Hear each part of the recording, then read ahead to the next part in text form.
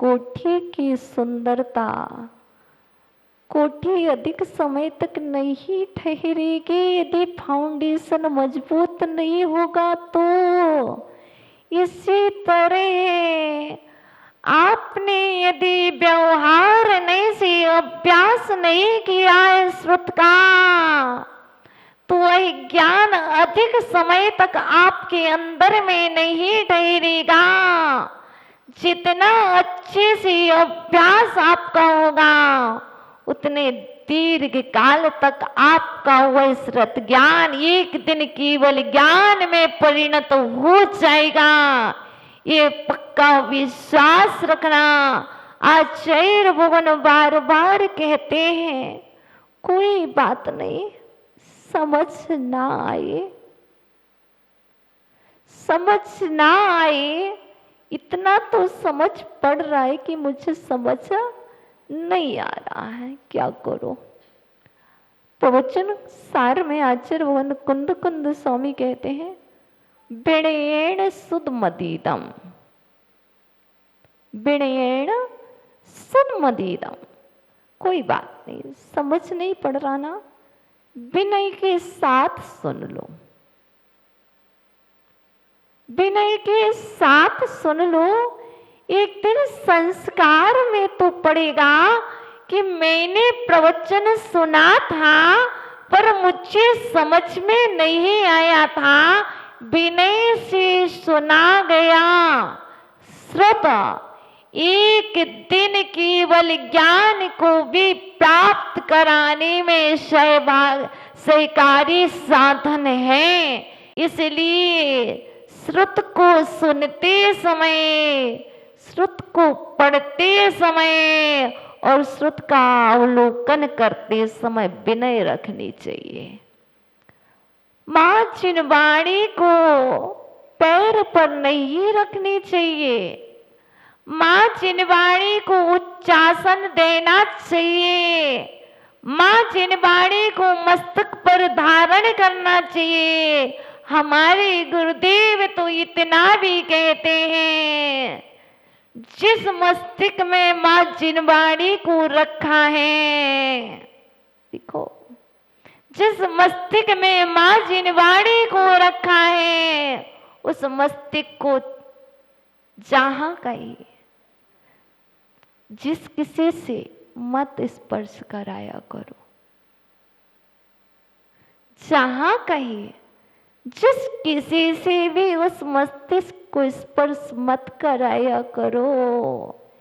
ये तो माथा, ये मस्तिष्क तो जिनवाणी का उच्च स्थान है। शरण छू लेना आसान है। लोग कहते हैं भैया व्रती, करो ना भैया व्रती, सुनाओ ना स्वाध्याय, स्वाध्याय सुनाना भैया व्रती है। स्वाध्याय सुना करके सौभाग्य को जगाना भैया व्रती है, और स्वाध्याय सुनना भी भैया व्रती है। क्या चल रहा है? भैया व्रती चल रही है। एक श्रावक के द्वारा भैयावृत्ति की जाती है, एक साधु के द्वारा भैयावृत्ति की जाती है। विनय है, क्योंकि आचार्य भगवान ने कहा है, देखो श्रावक भी हो तो उसकी भी अभिनय नहीं करना, यही तुम्हारी विनय है। इसी तरह हम चल रहे हैं 20वें काव्य में, 20वें काव्य में चल रही है बात, हे प्रभु जो आप में ज्ञान है, ज्ञान में था तो ये भाति करता हुआ आकाशम। हे प्रभु जो ज्ञान आप में है वह ज्ञान अन्यों में नहीं। हे प्रभु जो तेज, जो तेज स्फटिक मणियों में है वह कांच में कहाँ? हे प्रभु मैंने देखा यदि आपका स्पर्श करें तो शीतलता मिलती है, यदि कांच का स्पर्श करें और अन्न का स्पर्श करें तो उष्णता प्राप्त होती है। हे प्रभु, लेकिन मैंने यही भी जाना आप शीतलता किस बल पर दे रहे हो, आप शुद्ध किस बल पर हुए हो, आपको केवल ज्ञान की प्राप्ति किस प्रकार से हुई है। तो आचार्य भगवान यहाँ पर कह रहे थे, देखो सोना तप तप तप करके 16 बार 16 ताव पर शुद्ध हुआ, तब कभी जाकर के मार्केट में आया और मार्केट में आने के बाद आपने उसको ग्रहण किया। इसी तरह हमारे प्रभु बार बार तप के द्वारा तपे, बार बार तप के द्वारा, तपस्या के द्वारा उन्होंने अपने जीवन को तपाया। जब वह तप करके सोने की तरह शुद्ध हो गए, उसके बाद हम तुम्हारे पास आए, भगवान तुम्हें नमस्कार हो। हे भगवान, सत्य कह रहा हूं, ये श्रावक गणा जिसके पास ज्ञान नहीं है उसे नमस्कार नहीं करते। ये श्रावक गण कह रहे हैं, प्रभु जिसके पास ज्ञान है उसे मेरा नमस्कार है, जिसके पास केवल ज्ञान नहीं वह मेरा भगवान नहीं।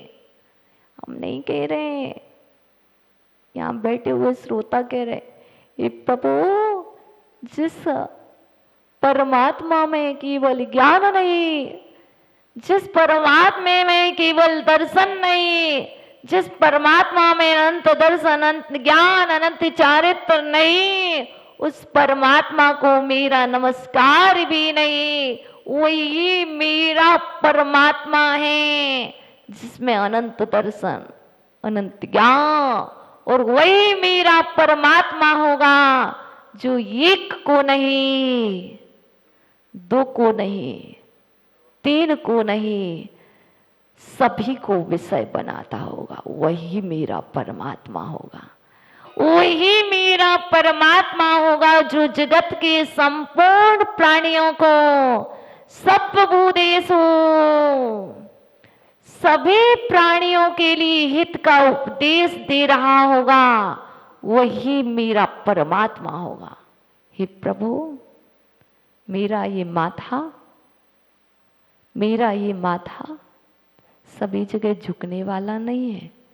हे प्रभु, मैंने अभी तक तो देखा है, सुना था, आज मैंने अंदर की कपाट खोल करके देख लिया है। मेरा परमात्मा 100% शुद्ध है और मेरा इस परमात्मा के चरणों में यह नतमस्तक है। यह मस्तिष्क सभी जगह झुकने वाला नहीं था परमात्मा। मैंने जान लिया, मैंने देख लिया। देखो, मात्र पढ़ने से कुछ नहीं। इति चैतन्य मुकुर विभावा चिदिचिता समं भान्ति द्रव्या वैजनिल संतान्तिरहिता जगत्य साक्षी मार्ग प्रकटनि परो भानुरिव्यो महावीर स्वामी नयन पत्नी भव। देखो, इस लोक में केवल ज्ञान का स्वरूप चेतन अचेतन पदार्थ, त्रिकालवर्ती पदार्थ, उत्पाद, व्यय, द्रव्य से संयुक्त तीनों पर्याय एक साथ झलक रही हैं, जिनकी ज्ञान में संपूर्ण चर अचर चेतन अचेतन पदार्थ स्पष्ट रूप से झलक रहे हैं। वही मेरा परमात्मा है, वही मेरा गुरु है और वही मेरा प्रभु है। हे प्रभु, इस अज्ञ ने सर्वज्ञ को प्रभु बनाया है। हे प्रभु, आप तो सर्वज्ञ हो, संपूर्ण विश्व को जानने वाले, संपूर्ण लोक को विषय बनाने वाले। हे प्रभु, आप भी तो अज्ञ थे ना। हे प्रभु, आप भी तो अज्ञ थे ना। देखो, मैंने आपसे ही तो सीखा है, अज्ञ ही तो सर्वज्ञ बनता है, सर्वज्ञ अज्ञ नहीं बनता है। हम आज अज्ञ हैं प्रभु, लेकिन कल आपके आशीर्वाद से, आपकी कृपा से हम भी सर्वज्ञ बनेंगे।